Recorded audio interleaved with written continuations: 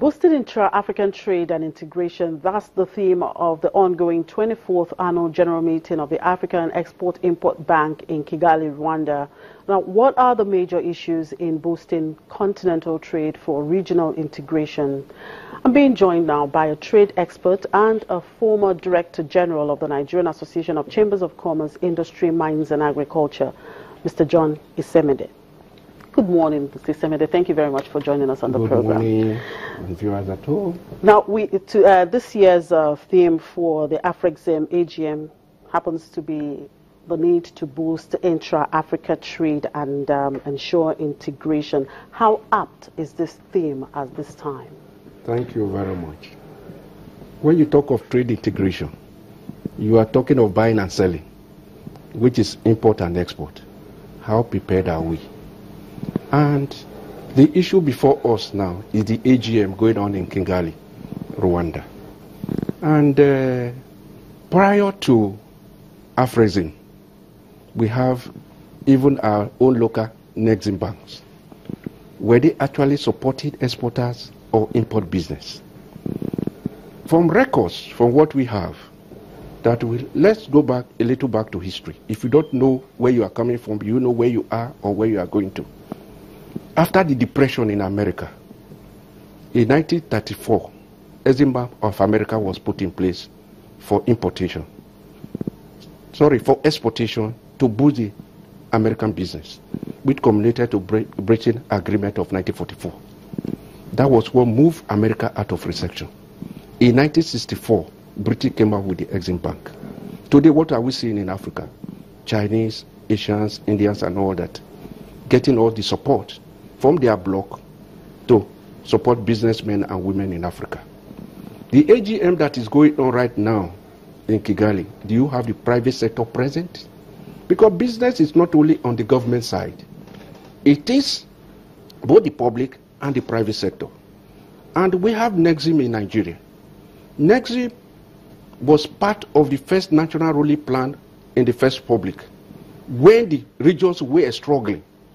The western region with cocoa, the eastern region with palm produce, the north with granite. And by 1965, we had a department in Central Bank.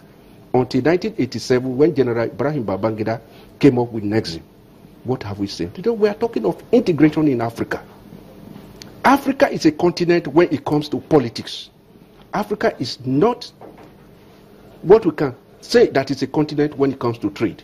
When you talk of sub-Saharan Africa, North African countries are not part of that trade. They are more with the European Union. And the integration we are looking at now, for instance, with all the agreement we have signed in ECOWAS and all that, trade within ECOWAS is only 5%. Trade within African continent is only 12%. Is Africa one single country? No, but it's one single continent. But is Africa practicing what we call borderless countries? So when you talk of integration, this is where they supposed to focus first on the private sector. How is it easy to do business within the African continent, even the West Africa, among the regions we have? So there is a gap even at that AGM. What of the universities we have in Nigeria? How many university professors are there? How many students? To know that when the people at the AGM retires tomorrow, who takes over from them? So there is no link or linkage when we are talking of businesses. Now, it should not be more of politics. Talking about ECOWAS, what is the role of this regional economic blocs? You mentioned ECOWAS. Thank you. ECOWAS are three brothers in one. Everybody is going after his mother or colonial masters.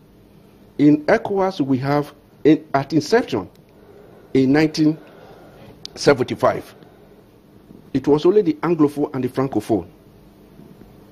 Cape Verde was not there because of plight contention, but they joined in 1981.